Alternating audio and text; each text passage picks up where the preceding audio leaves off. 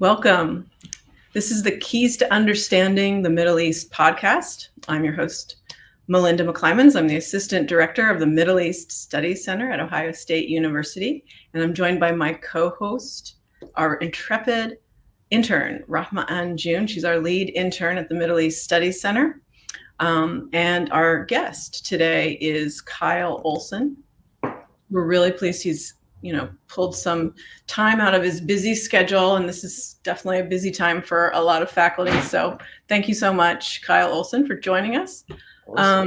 Dr. Olson studied archaeology and Persian here at OSU and received his PhD in anthropology from the University of Pennsylvania.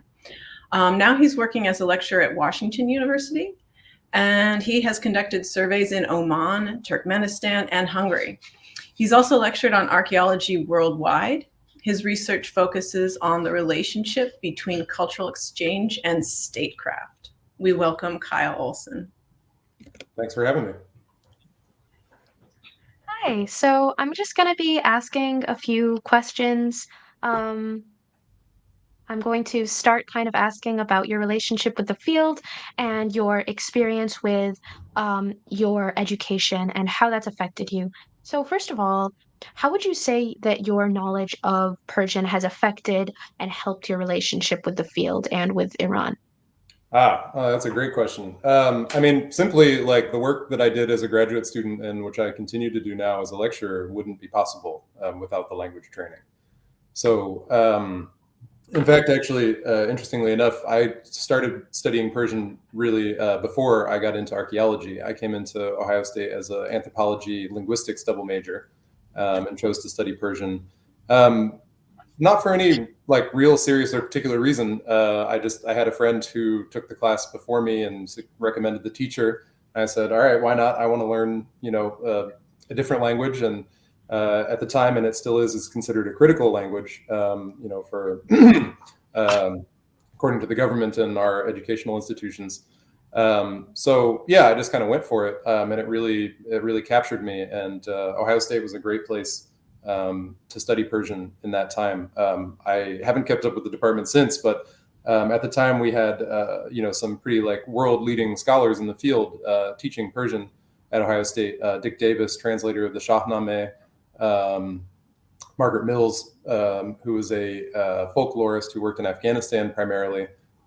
Saeed Honarmand was the language instructor, and between the three of them and several other faculty who kind of came and went during my time, I got a really strong foundation in Persian language and culture, which then also was the foundation for me doing a critical language scholarship to study Persian in Tajikistan, where I didn't actually end up doing that until I was in graduate school, actually. But that really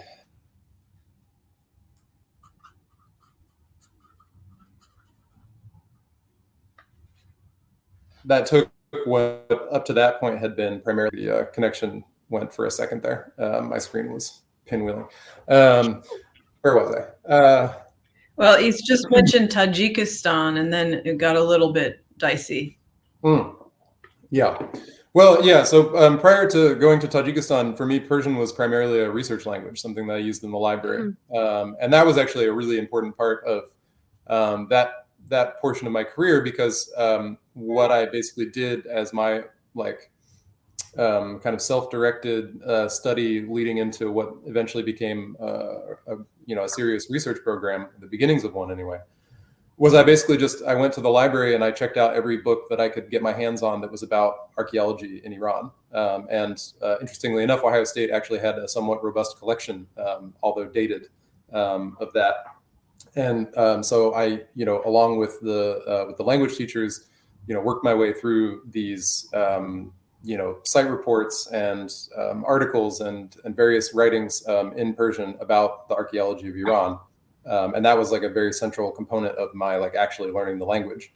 Although, of course, a very technical academic register of the language. So it wasn't really until I went to Tajikistan that I actually learned to speak Persian. And of course, that's a complicated matter in Tajikistan because they don't speak Farsi in Tajikistan; they speak Tojiki. which is, linguist debate about whether or not the three main national dialects of Persian are separate languages or dialects of a language.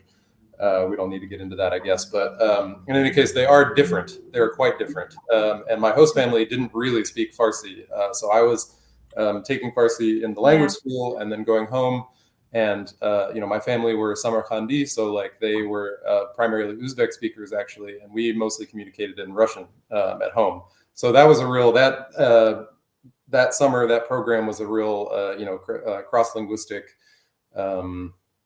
experience, let's just say. But then that was the foundation for me being able to go to Iran and to participate in some archaeological symposia when I was a young graduate student. This has been a while ago now. This was in 2013, the first time that I went, and 2015, the second time.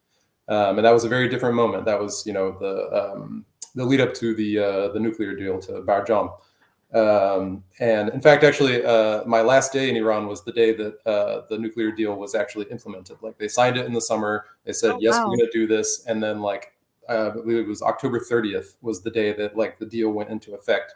So I rushed out and bought as many newspapers as I get my hands on with the headlines. I should have pulled those out of my files. History being made.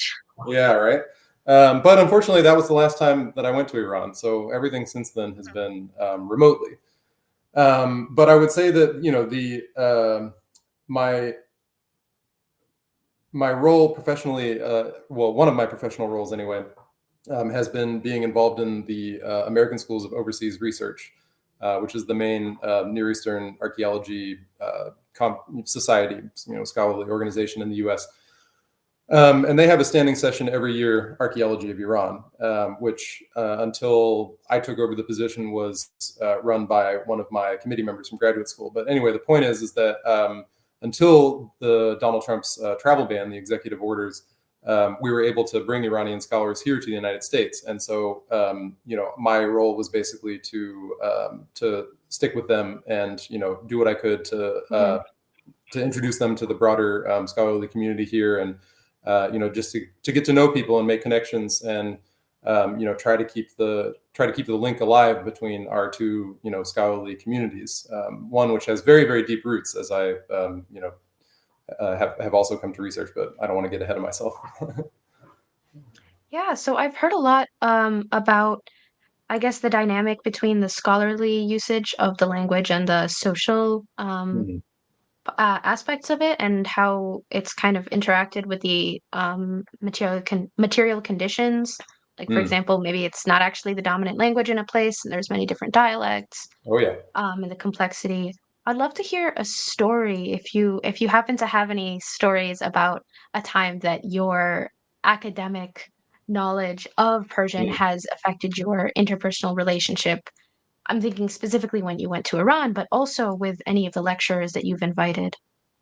Oh, sure. Goodness. Yeah, there's a lot of stories. And unfortunately, I at that time was not a very fastidious note taker, so a lot of the stories are kind of hazy memories now that they're, it's graduate school is a real pressure cooker for your brain, so it's you forget things. But I would say, the more recent time that I went to Iran, I had a really positive experience for a couple of different reasons. One was that, so I had already been to this conference. I already knew people there, and I had been building a network among my Iranian colleagues for a long time, but up until that point, not really fluent in, conversational colloquial Farsi.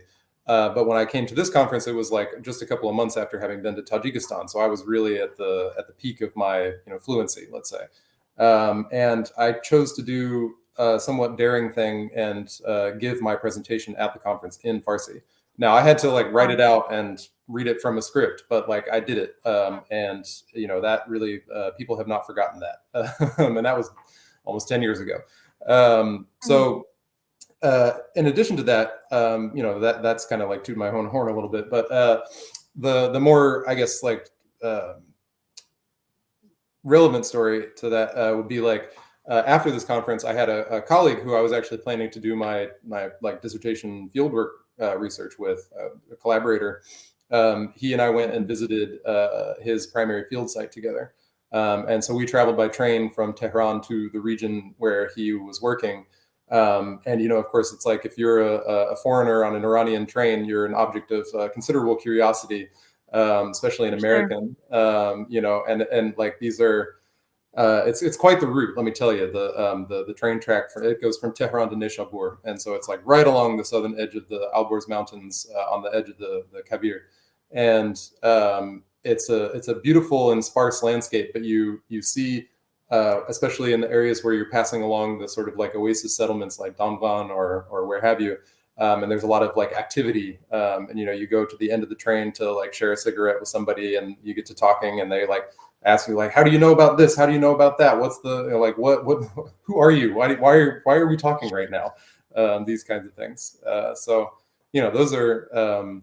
I mean, I wish I could, you know, reconstruct the actual conversation, but just sharing observations with people, and you know, like not really, you know, trying to have a discourse of some kind, just small talk. You know, that's a real, that's a beautiful thing. Those encounters definitely make a big difference, especially when you have to struggle to get the words out, and definitely a learning curve. Yeah, and without Google Translate, it's a real, you know, if you don't have that dictionary at your fingertips, like you can get stuck. Yeah, I can't even imagine. I've always had Google Translate, thank God. Yeah. Yeah, so I'd love to move on and ask a little bit more about the field of archaeology. Sure. So you mentioned initially that you weren't originally considering archaeology and you came in for linguistics and anthropology. I guess, was there something in particular at OSU that drove you towards archaeology? Was it the Persian language, a professor?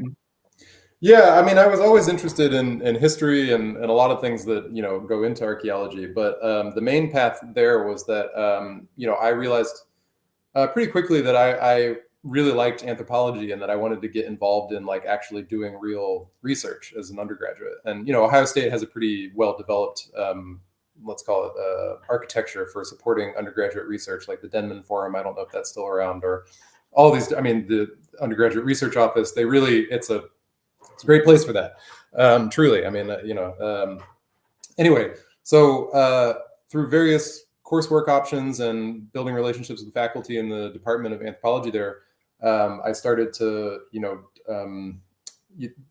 basically just get involved in people like doing, you know, creating knowledge. And the opportunities that were available at the time were mostly, like most of the fieldwork projects that were happening in the department were archaeological.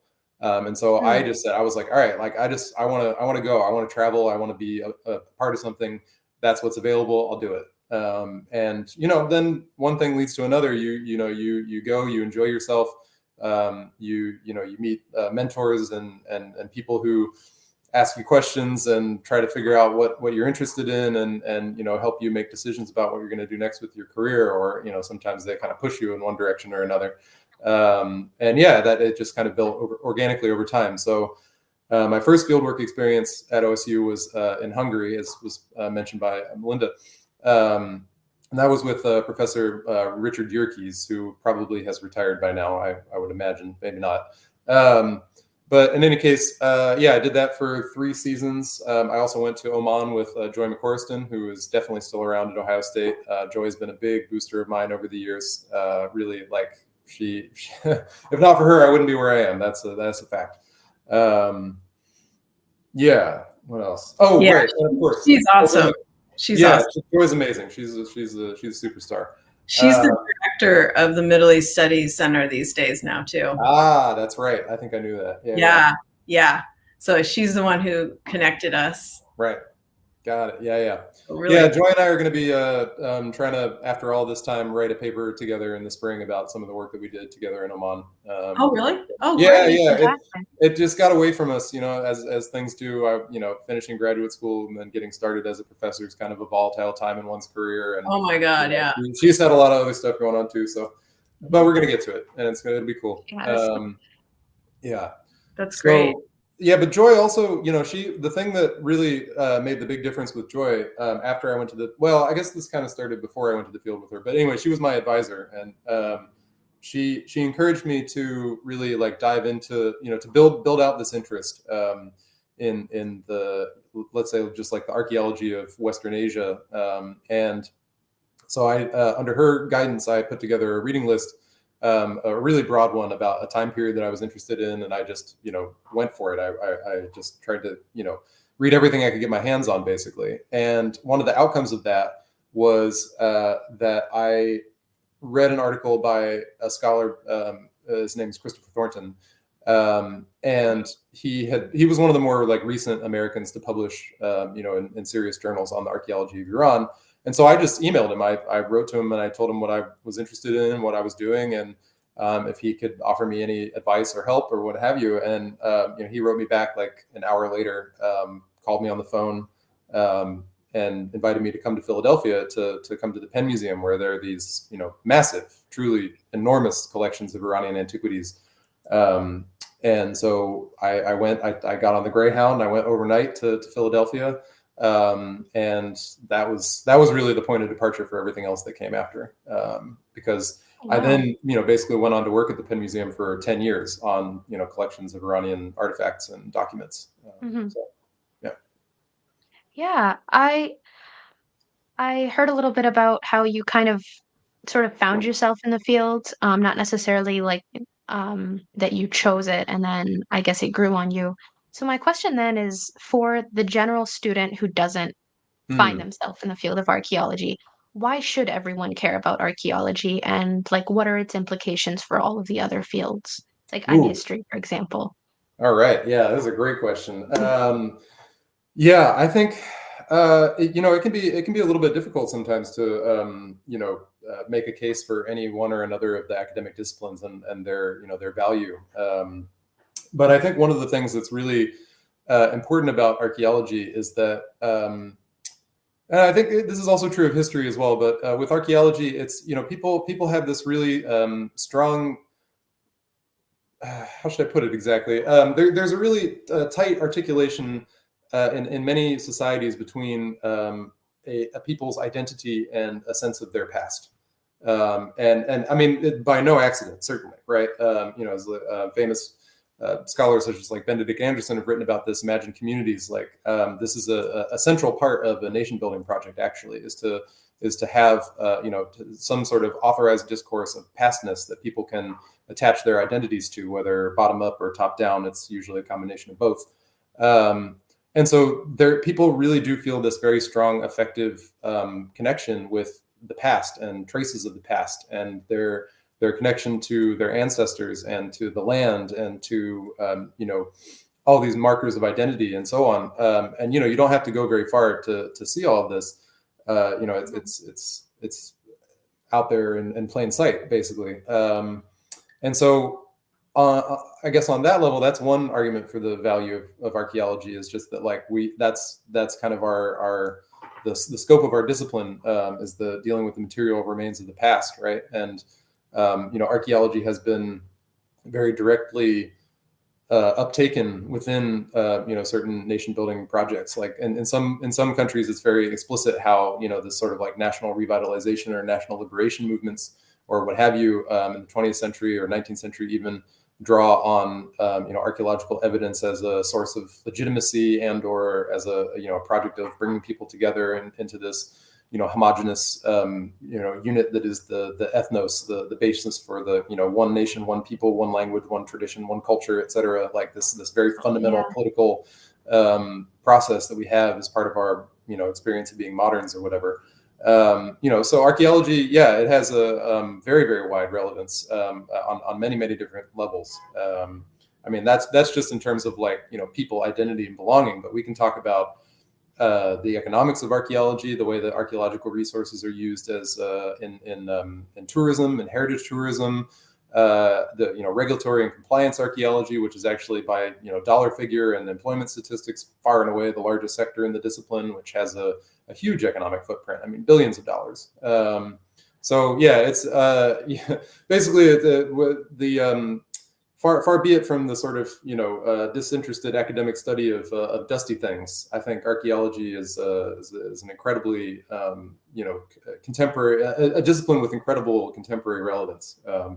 And that's, I try to get that across as much as I can in my teaching, because I regularly teach very large, sort of intro level survey courses about world archaeology and so on. And that's basically my mission, is to get people to understand that it's not just all about like ancient civilizations. It's also like, well, why are people so, interested and fascinated by it? And what's the, the sort of like the enduring draw, it's not just the romance of the ruins, right? I mean, although it certainly can be. Yeah. Yeah, that's actually one of the main things I wanted to ask you about, because there's so much that I could ask. So I think the main thing is, as Americans, Hmm. how can, from the American perspective, we think about the importance of the archaeology of um, the rest of the world, I guess, in general, but I'm thinking Hmm. specifically Iran because that's what you've studied. Yeah. Now I saw in your research that you talk a little bit about the relationship between, like, the cultural and domestic relationship between the two nations, and there's so Mhm. much, again, you could say. So I'm gonna just limit the scope today. As Americans, how Yeah. can we think about the role that America has played in Iranian heritage, culture, Yeah. Oh, that's a great. I'm glad you yeah. like that last little bit. I really can latch onto, because before I could spiral out a very very long answer to the I'm beginning of your sure question. there's, I mean, as Yeah. much as Well, time basically, itself. yeah. No, it's all good. I mean, I think the main thing to understand is that like, America, whether people like to admit it or not, is a colonial power. The America has prosecuted empire since basically the very beginning. And as part and parcel of that, the history of archaeology is such that the discipline really emerges during this period of high colonialism, high empire, and the fundamental political economic structure of doing archaeology abroad is a fundamentally from the jump colonial extractive enterprise. Now things have changed since then, but the roots of our practice are in the organized, sending out of expeditions, right? This thing that the way that archaeology used to be practiced. A lot of there are more continuities, I think, than people would like to admit for the most part. So what that entails in practice, at a global scale, and then also, what happened with American archaeologists in Iran, is that, regardless of noble intentions and genuine love for a people and a place and a history and all of that, what the enterprise really began as this. How should I put this? Basically, like what's the first point to make about this? That regardless of, as I said, all of those the niceties. At the end of the day, what's actually happening is that a group of people from one country are going to another country, a country less powerful than the country that they came from, and using that geopolitically powerful position to basically say, like, we are going to perform this scientific activity that is going to result in us now taking ownership of parts of your cultural patrimony, right? And of course, that sort of way of doing archaeology kind of ended, or at least officially so, in the 60s and 70s. But like a good chunk of the history of American archaeology happened before that. And in the case of Iran, I mean, the relationship, the formal relationship between the United States and Iran, and the one that is of contemporary relevance, and why this history continues to matter in the present, is because at the very beginning of this relationship, the University of Pennsylvania Museum of Archaeology and Anthropology, where I was a graduate student, was in the middle of attempting to influence negotiations around a new antiquities law in Iran. They weren't the only institution that was involved in this, but basically, up until that point, the conduct of archaeology in Iran had been a colonial concession to the French archaeological mission. So they had a 100% monopoly on the conduct of archaeology in Iran during the first 2.5 decades of the 20th century. So this is the exact same legal structure as like the tobacco concession or the oil concession, or literally the same legal procedures governing these kinds of affairs. And so they're basically the Penn Museum and other institutions, the U.S. State Department, convinced the Iranian government to cancel this concession and to rewrite the antiquities law to basically allow other countries to come do archaeology in Iran. And of course, they said, well, if you let us in, then we'll train your people so that you can have your own, national archaeological enterprise.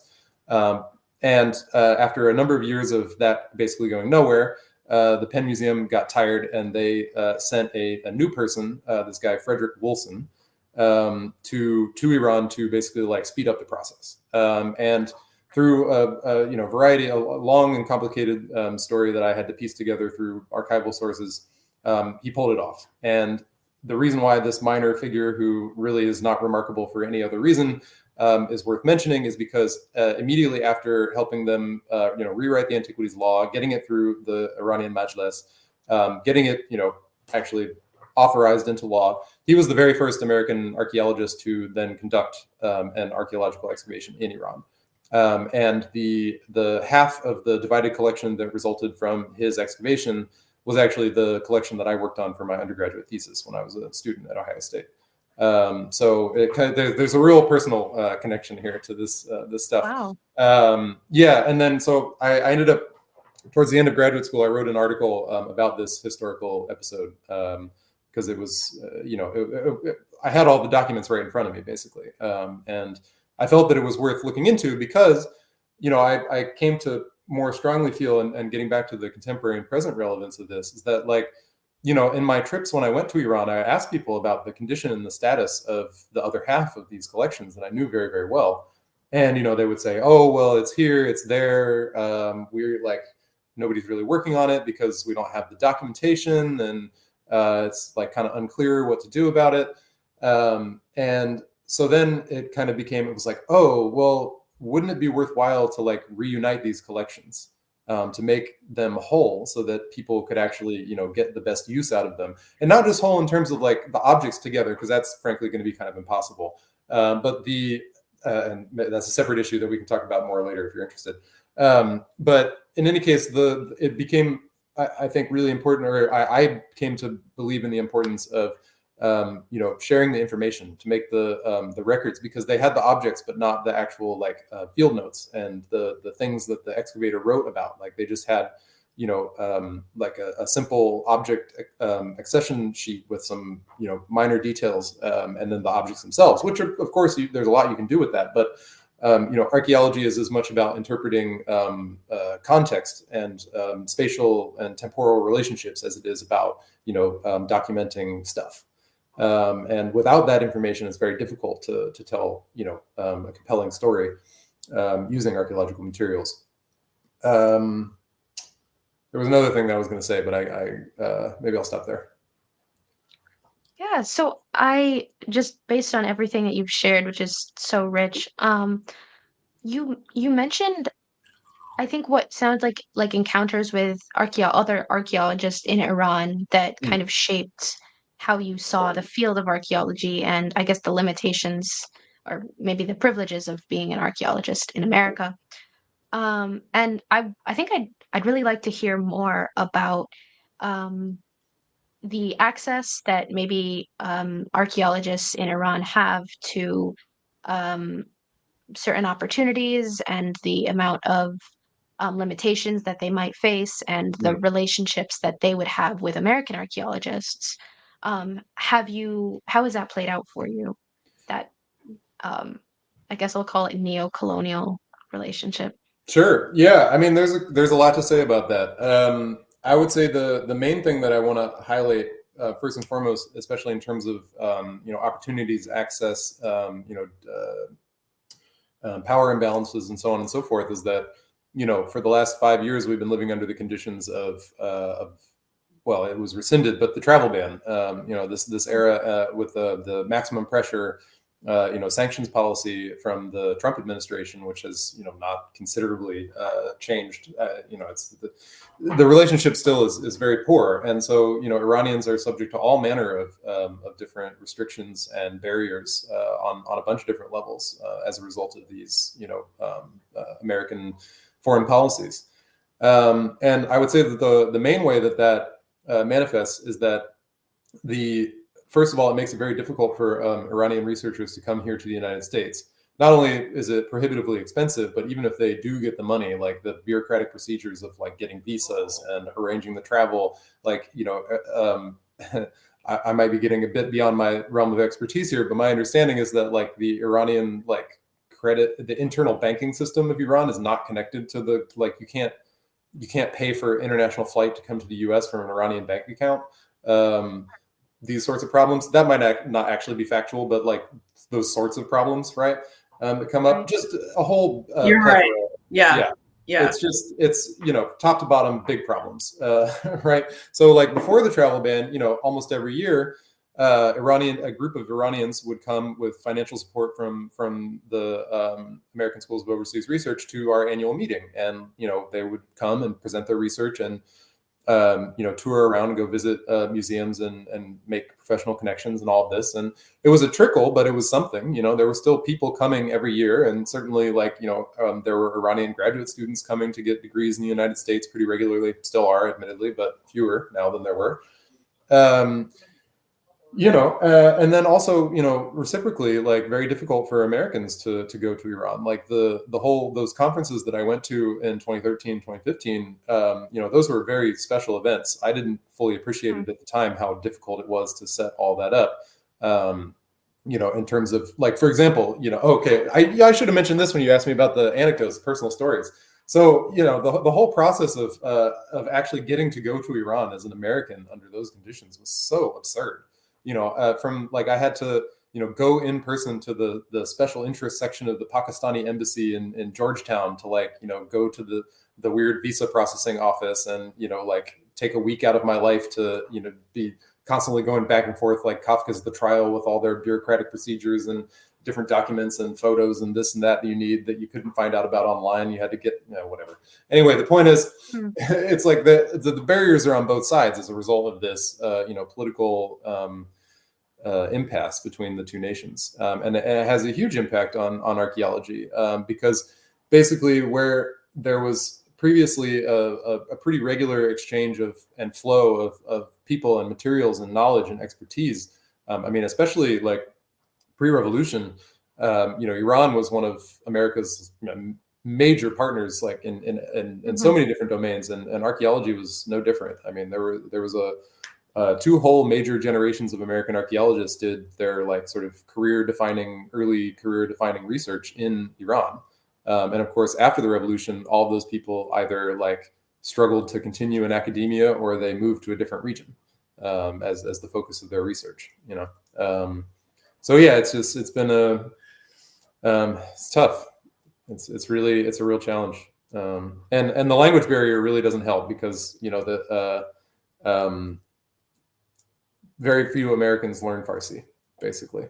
What can you say about the importance of, I guess, continuing the conversation between academic institutions in the context of foreign relations, diplomacy, actual like policies that affect everybody?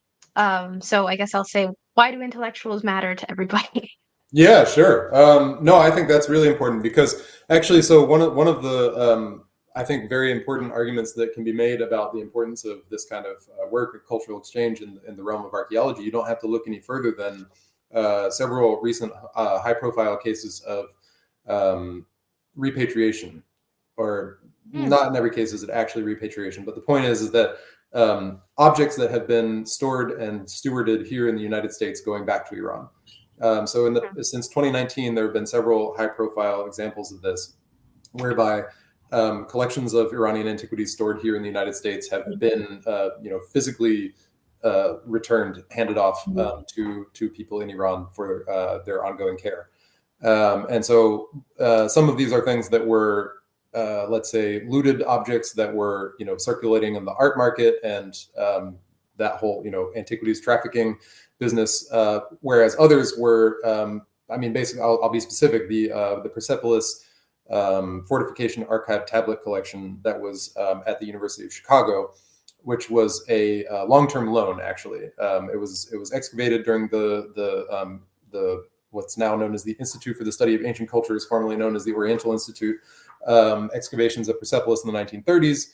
And as part of the division of fines agreement, Chicago basically said, like, we really, really want this tablet collection because of its huge importance for the reconstruction of, ancient languages and so on, and, economy and many, many different things.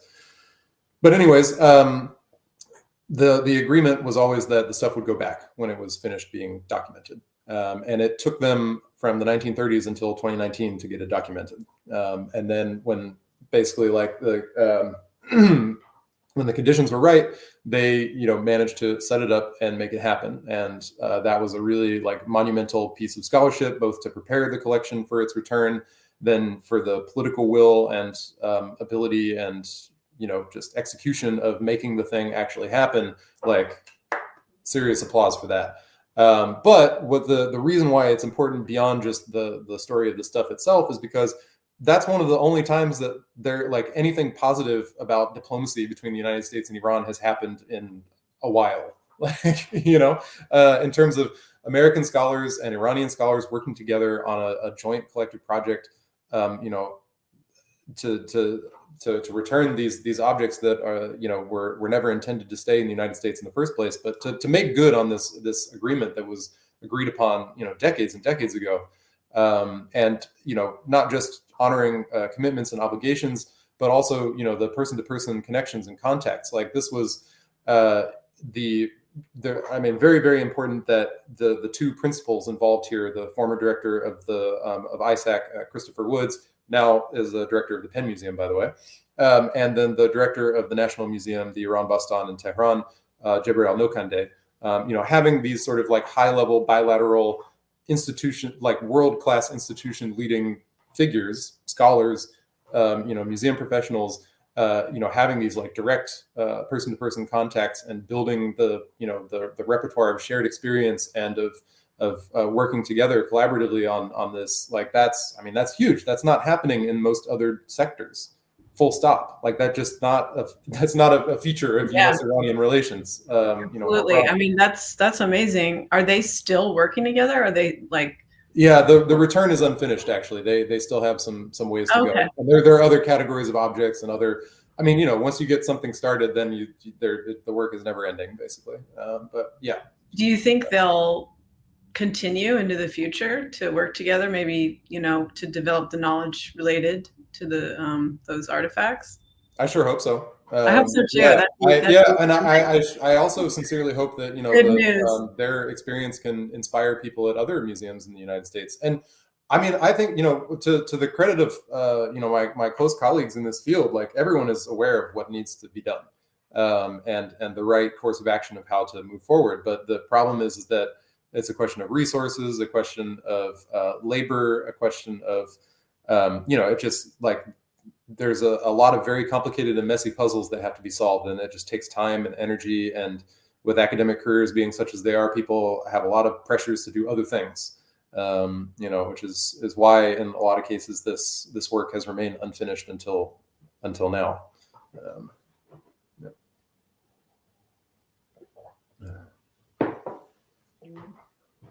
Yeah, so I know that there's so much about like the scholarship being appropriated, and I know we don't have time to get into all of that, but I'd like to ask a little bit more about your personal relationships, maybe in the field. Sure. I know, again, we've talked a lot about you trying to facilitate travel either there or try to facilitate other people's travel back. Have you had, I guess, more personal interactions with Iranian either scholars or even just ordinary people who are trying to kind of interact with their own history that has kind of opened your eyes to some of their injustices, privileges, barriers? Oh, sure. Yeah. I mean, this is something that comes up pretty frequently, I would say. I mean, I've been fortunate to connect with Iranian colleagues in a bunch of different levels. I mean, on the one hand, so basically, all right, I'll start from the beginning. When I was an undergraduate, I had mentioned before that I was reading everything that I could get my hands on at the Ohio State Library in Persian. Well, being a typical, undergrad overachiever, I was like, you know what I'm going to do? I'm going to translate these articles into English. And so I did that, and I put them on academia.edu. And that kind of gathered some hits and some interest. Helped me get into graduate school, certainly. But aside from that, and also, of course, in connection with having traveled to Iran for these conferences and become, a known person in the field, I began to get a lot of requests from scholars for proofreading. They want to publish their articles in English in European, North Atlantic, scholarly journals, but they frequently needed a considerable amount of copy editing, and so I basically would, I made it clear to students and to peers and to colleagues that I was happy to do this work, in exchange for basically like getting to know their work very, very well. So and also there was a lot of like data sharing kinds of things where it would be like, oh, like, you have documentation related to this thing, or these books are available at your library. Can you please like scan them or send me this, set of information, and vice versa. It was in order to get access to data. I would say that's a big part of it. And like I said, going both ways for sure. Then there was another thing that you asked about. Sorry. Yeah, so my main question, I guess it was your interactions with people in the field, and it's really interesting to hear that you were able to like aid people, you were able to help them, just kind of give them a hand, and not even from your own expertise. I guess my other question was, has anything kind of opened your eyes to the privilege that we might have as American scholars? Right. Um, Yes. Yeah. Absolutely. Yes. So this manifests in a whole bunch of different ways. Although things are changing for the good nowadays, but like for a long, long time, Iranian archaeologists had a difficult time accessing equipment, education, training, and literature. These are really big. Very, very few of the like major theoretical texts, methodological texts in the field of archaeology have been translated into Farsi. Those that have been are out of date usually. To make it very concrete, like sometimes you can't get supplies in Iran that are only available through global distribution channels that are blocked by the sanctions, more or less. So, for example, colleagues of mine, the last time that I went to Iran in 2015, asked me to like bring a profile gauge. It's like a tool that woodworkers use to like do the crown molding and so forth. And archaeologists use it for drawing pottery. But like you literally could not get them in Iran, or a very specific kind that is useful for archaeological work. So like, I hand carried those. And that's just like, that's a really simple, like that's just a widget, right?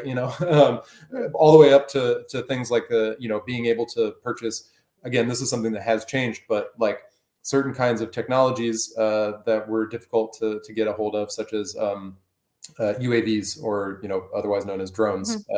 Basically any technology that is commonly used in archaeological fieldwork that could potentially have a quote unquote dual purpose, be used for military or espionage or whatever, was very difficult to get your hands on in Iran as an archaeologist. Yeah. Without setting off a bunch of red flags, say like, oh, is this a IRGC front? Like,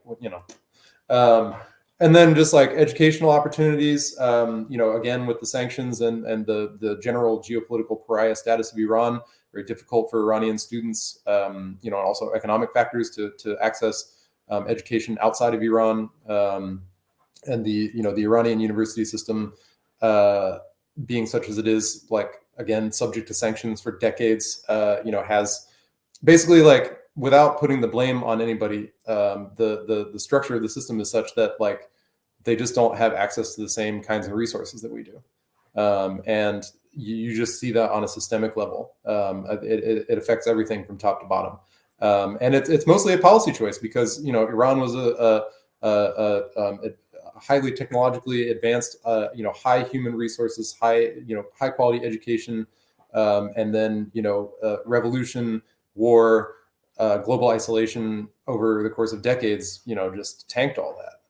And not to say that like Iran is some backwater, but like it just, by comparison to well, certainly America. I mean, it's, it's not it's not a level playing field, basically, is what I want to say. And like it's inescapable. You just can't, like, people don't have access to the same kinds of opportunities, and As that. an educator yourself and as a lecturer, like you mentioned the importance of public education.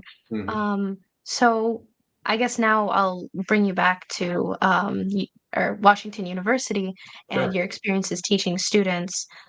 So how have your experiences been in teaching about, again, the archaeology and the heritage of a country that we have distanced ourselves from, Mhm. and become hostile from very recently and suddenly.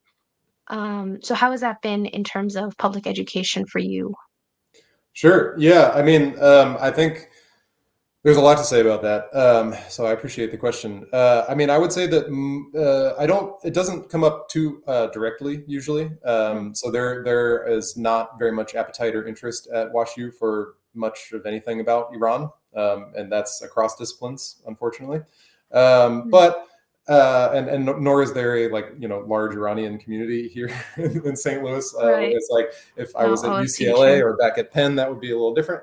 But in any case, so rather than teaching like directly about this actual, like, content knowledge that I have about the history of cultural diplomacy, or the lack thereof, between the United States and Iran in the field of archaeology, what that then that knowledge, what it does feed into, is a general sort of like approach to teaching, like, what is archaeology, how have archaeologists gone about the business of archaeology, and again, like, what is the sort of like real world relevance of this. It's like all of the knowledge and experience and stories and cases and all of this that I've learned and accumulated and experienced with this training that we've been talking about informs how I discuss the broader enterprise of this whole field. Really constantly be thinking and teaching my students about, well, it's like, okay, like there's a very easy just so story to tell when you teach archaeology, to say, like, archaeology, the history of archaeology is like, these people excavated there, and then these people excavated there, and then then there was this Right. theory, and then that theory, and then we're developing, blah blah blah. But there's also the very real human story of, like, how did any Mhm. of this happen in the first place? Like, we can't just take it for granted that it's a normal thing that, like, archaeologists from one country, i.e. the US, just like go to another country and Mhm. do research on that country's history. um, I mean, I think that's something that we should interrogate, certainly, and not just Right. take for granted, which is very easy to do. And I would say, like, also too, maybe this goes back to the question about, like, inequalities and disparities in opportunity. I mean, American archaeologists work all over the world, all over the world. I would imagine in basically every country, or not all of them, but you know what I mean.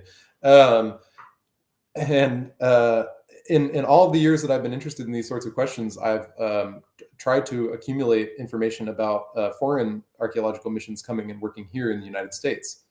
And I know that this number is not correct, but to date, after 10 years of being interested in this question, I've only heard of one.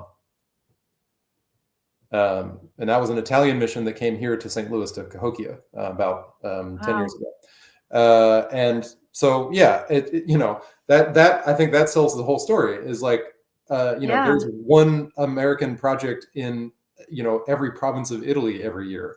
Like, but over the whole history, only one Italian mission has ever come to the United States to dig. Mhm. And so that these are the kinds of things that I try to emphasize. I mean, as it's like, if you want to learn about ancient civilizations and the pyramids and Stonehenge and gladiators and all that jazz, you can watch a History Channel documentary. They'll tell you all about it. But like, what I want to communicate to people is, like, where did all that knowledge come from? How was it made? Mhm. What were the conditions of its production? And why is that important to understand about then how like why these stories matter, basically. Yeah, that Mhm. human story, the human side of archaeology is really, and not just the, like, reconstructing past life part, but the, like, how is it that people go about the business of doing this, Mhm. imaginative work, And, scientific work and also. maybe bringing in some of the knowledge that we benefited from those places. Um, yeah, like scientific knowledge, just, the knowledge, that all civilizations bring, and instead of just focusing on the, I guess, exoticizing it, Mm-hmm. Sort of appreciating over appropriating, to simplify. Mm-hmm. Yeah, that's what I was trying to get at. Thank you. Mm-hmm. Yeah. I think that's really relevant to American archaeology too. If you're looking at indigenous knowledge and indigenous ways of looking at, artifacts, it might fit into a bigger picture of knowledge that is not, not anywhere in the literature that somebody at Ohio State or whoever else is looking at. And so important to actually talk to people like this, people who are still living in the country, living in the community, and just kind of map it out in terms of just different perspectives. Like we had someone come to Ohio State last year who had, he wasn't an archaeologist, but they had unearthed some really old farms in Wisconsin. Like they did forest farming, basically, mini plots and things like that in the forest, and the archaeologists were like, "Wow, this is like really innovative," and stuff like that. And then they talked to the elders, and they're like, "Oh no, yeah, we do that. That's like a thing," And it was just like very different perspective on the find, Mm-hmm. And I think that was at a tribal college, so I think that shows the benefit of, having a community of people who are talking to each other and getting feedback. Yeah. I mean, this is a big thing in archaeology right now, that there's been kind of a reevaluation of our field's codes of ethics and conduct, and on a bunch of different levels. But the very first ethical principle of the Society for American Archaeologists has to do with stewardship, and the ethics of care. And I think a lot of people are coming to realize that things are going to be cared for better when the people to whom they properly belong are involved in decisions about that care. And that question of to whom they properly belong is, of course, a fraught and complicated one. But nevertheless, I think archaeologists are increasingly recognizing that, like, it really, it's both to our benefit and to our karmic credit to be in better relations with our, what are sometimes dryly called source communities, right? That sounds extractive. Well, like I said, it's really baked in there. It's baked in, right? Mm-hmm. Yeah, just like the way we conceptualize it, like even like the term the Middle East is middle of where, east of where. It's it's like a concept of the world that's very I don't know, at least going back to the Romans, Asia, Africa, and Europe. I think they came up with those terms. So it's easy to just fall into ruts, I guess, and just the way we talk about stuff. So it's good to kind of problematize all those assumptions. And how better to do that than just to be in dialogue with people that are like, yeah, that's really that's not my perspective. Like, no, if you can do that in a productive way, those wonderful productive kind of disagreements, but it's more just more of a productive conversation. Yeah, and that's really the thing that I'm committed to with the work that's going on now, and what I'm planning to do in the future is really about those relationships, and reestablishing the channels of communication between the Iranian and American scholars that have been not the greatest for the past 4 decades, and then certainly have really been threatened by the events of the past 5 years in particular.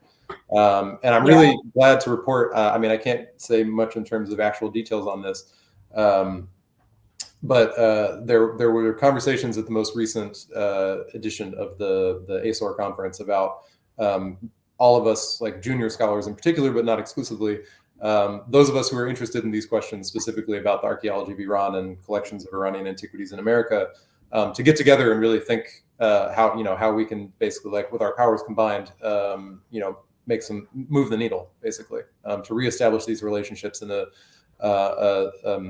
substantive and sustainable fashion, basically. That's so great to hear. I really appreciate the work you're doing. And I think It also sounds like it's a somewhat new field, so well, and room I think for us. This does pull back to our first topic of English and Persian, because we're talking in English right now instead of Persian, and we're talking about Persian identity. But being able to code switch and go back and forth between two different languages, I think is in the context of what we've just been talking about with care and community is so even more meaningful. Yeah, absolutely. Yeah. And like I said, not very many Americans learn Farsi, so that's a challenge. So get out there and learn, everyone. Yeah. Learn some Farsi. I know We've heard something about the critical language program, so yeah. Let's get into like any resources, like anything you're working on you want to share, or like resources for somebody who is interested in Persian or archaeology. For sure. Oh yeah, okay. Well, I would say like if you're interested in combining Persian language study and archaeology, one of the best resources that I can recommend is to follow the Ministry of Cultural Heritage, Handicrafts and Tourism's Instagram page. Iranians love social media, as we all know. And they're with the recent upgrade of the cultural heritage organizing body to the status of an official government ministry in Iran, that means that they now have a much more sophisticated media production apparatus. And so they are just cranking out videos.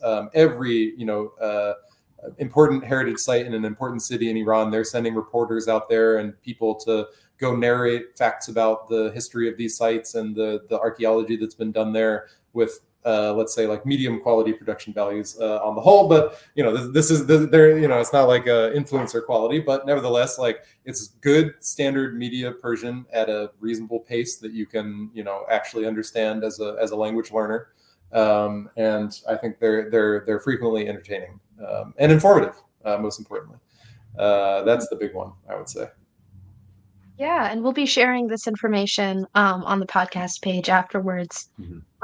What would you say you'd recommend for people who wanted to actually learn the Persian language? Not necessarily from ground zero, but from just specifically from almost nothing to... Ooh, from almost nothing. That's a tough one. So one of the consequences of all this history that we've been talking about is that the Persian language pedagogy in the United States never got or basically only in one institution that I know of, got on the communicative practice revolution in language acquisition. So a lot of the Persian language textbooks and materials, with basically only the exception of the program at the University of Texas, Austin, they're all old school 19th century philological grammar books. Well, Nehra at Ohio State is awesome. Nehra. All right, they're taking it up a level, huh? Oh yeah, he's very, very progressive, and his students they speak well. Like that's great to hear. Yeah, because then there's also like I would recommend like the summer programs at Wisconsin, at Middlebury, in Vermont. I really think like immersion is the way to go. Like you just at a very basic beginner level, like you got to do your vocabulary acquisition. Fortunately, Persian grammar is really simple, so like you don't really have to worry about that too terribly much. It's really about the lexicon, the vocabulary, the estalat, the expressions, the idioms, and the like all these different. You just got to get into it. Like basically with language acquisition, the number one thing that you got to do is just have contact hours. You just gotta be with the language, and it's just got to be swimming around in your head. And like whatever you can get your hands on. You can do it. I want to just plug the languages because it is doable. So it's hard. It's like, but anything that is really amazing and worthwhile is going to take hard work and effort and failure and pulling yourself back up again. But once you get through the hard part, which is the beginning, you know, it's a lot more fun. So yeah, absolutely. I'm asking for myself because that's on the list of languages. nice. Yeah. I mean, it's also like one thing that I did at one point was, and this is much easier to do now than it used to be, is that there, especially for the language beginners, there are lots and lots and lots of children's cartoons on YouTube, and that is a really, really good way to get, you know, to jumpstart language acquisition. Right. Yeah. There you go. I mean, I know like I have a lot of friends with you know, bilingual partnerships with children, and they're like raising the children to, you know, learn the non-dominant language of the context in which the children are being raised. And the basic solution for all of them is just like they only watch cartoons in the target language. That's the rule. And like those kids speak the language pretty well usually. So yeah, totally. Yeah, it's interesting how parents make those decisions and work it out and everything. So very doable. Anything else, Rahma? Did we get through everything we wanted to? Is there anything else? I think for now, I mean, there's a lot that you mentioned. Articles, you're looking to write a series of articles. You mentioned about your research.